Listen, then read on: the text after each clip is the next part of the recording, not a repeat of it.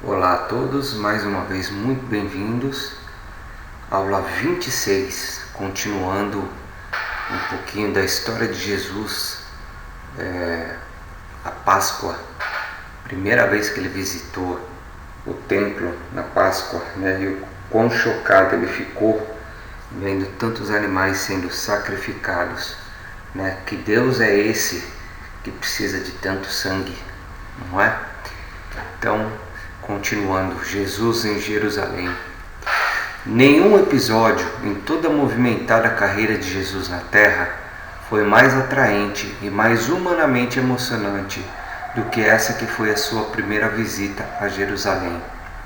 Ele estava especialmente estimulado de comparecer sozinho às discussões no templo, e isso ficou muito destacado em sua memória. Do Monte das Oliveiras e do lado de fora, em uma visita mais aproximada, o templo era tudo e até mais do que Jesus esperava, mas tão logo ele entrou nos seus portais sagrados, a grande desilusão teve início. Ele ficou desapontado pelo comportamento geral das multidões, mas o primeiro choque do dia foi quando sua mãe os abandonou para ir à galeria das mulheres. Nunca havia ocorrido a Jesus que a sua mãe não iria acompanhá-lo às cerimônias de consagração, e ele estava profundamente indignado com o fato de que ela havia sido levada a sofrer essa discriminação injusta. Jesus simplesmente não aceitava a explicação para a adoração e a devoção religiosa envolvendo a crença na ira de Deus ou na braveza atribuída ao Todo-Poderoso. Jesus voltou-se subitamente para os seus pais e, olhando com apelo dentro dos olhos do seu pai, disse: "Meu pai, não pode ser verdade. O Pai no céu não pode tratar assim seus filhos que erras pela terra. O Pai celeste não pode amar seus filhos menos do que tu me amas.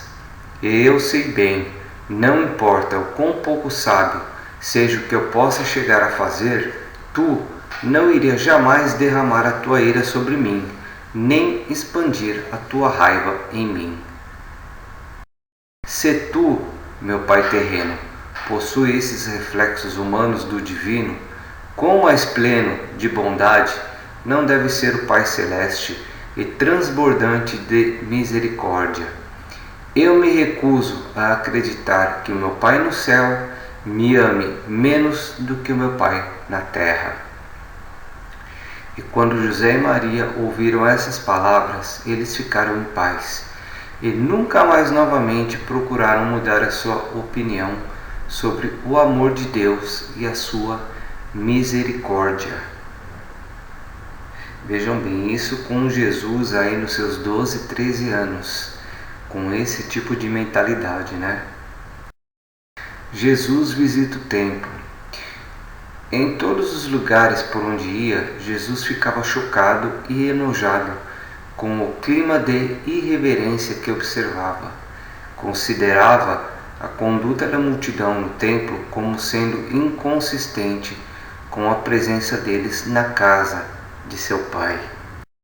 Eles passavam agora pela Praça dos Sacerdotes, em frente ao templo, onde o altar ficava, e observavam a matança de manadas de animais e a lavagem do sangue das mãos dos sacerdotes que oficiavam a chacina.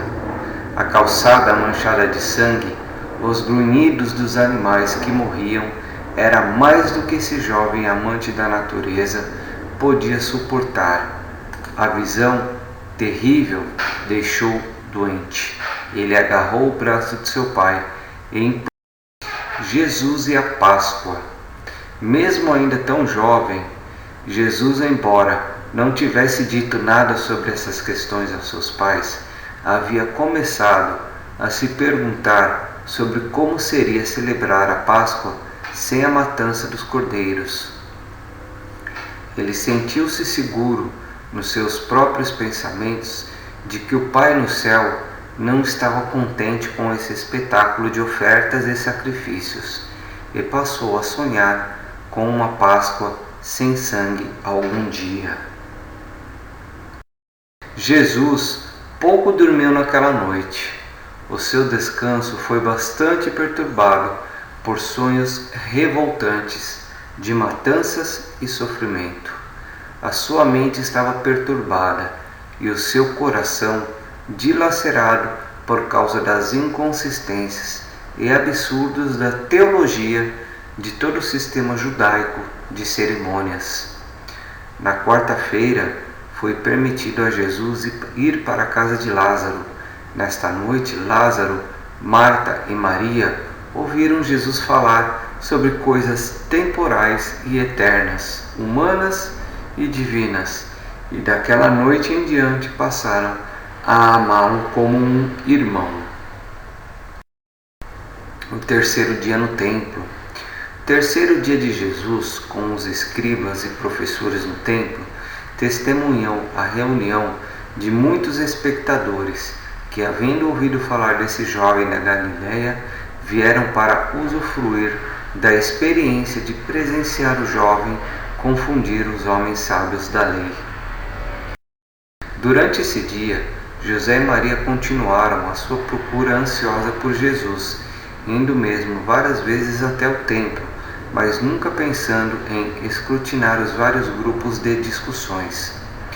Toda a atenção do principal grupo de discussão do templo estava focalizada nas perguntas feitas por Jesus.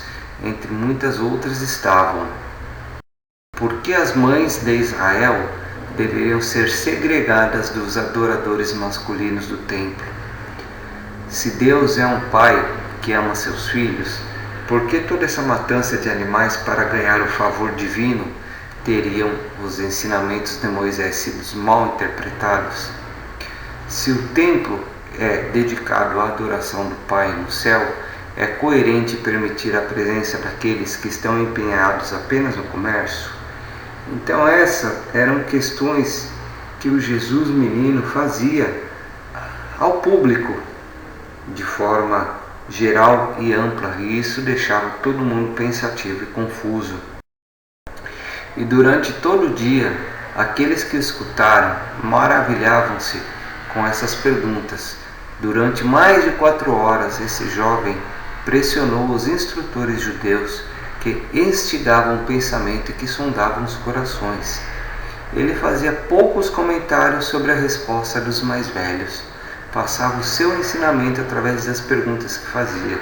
Ou seja, ele não fazia perguntas querendo ouvir as respostas. Ele fazia as perguntas desejando que essas perguntas entrassem na mente e nos corações daqueles que desejavam ouvi-lo. Com a frase hábil e sutil de uma pergunta, ao mesmo tempo ele desafiava o ensinamento deles e sugeria o seu próprio. Depois da refeição da noite, ele foi para o jardim.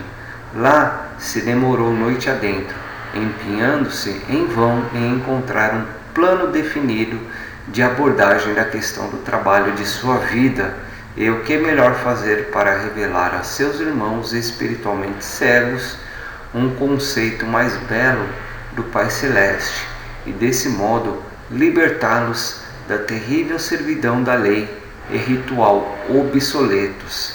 Então, desde muito jovem, Jesus já se empenhava em fazer a sua meditação, entrar em comunhão com o Pai, a fim de criar uma estratégia de como ensinar a humanidade sobre as questões que precisavam ser, questões mais arcaicas aí de rituais religiosos.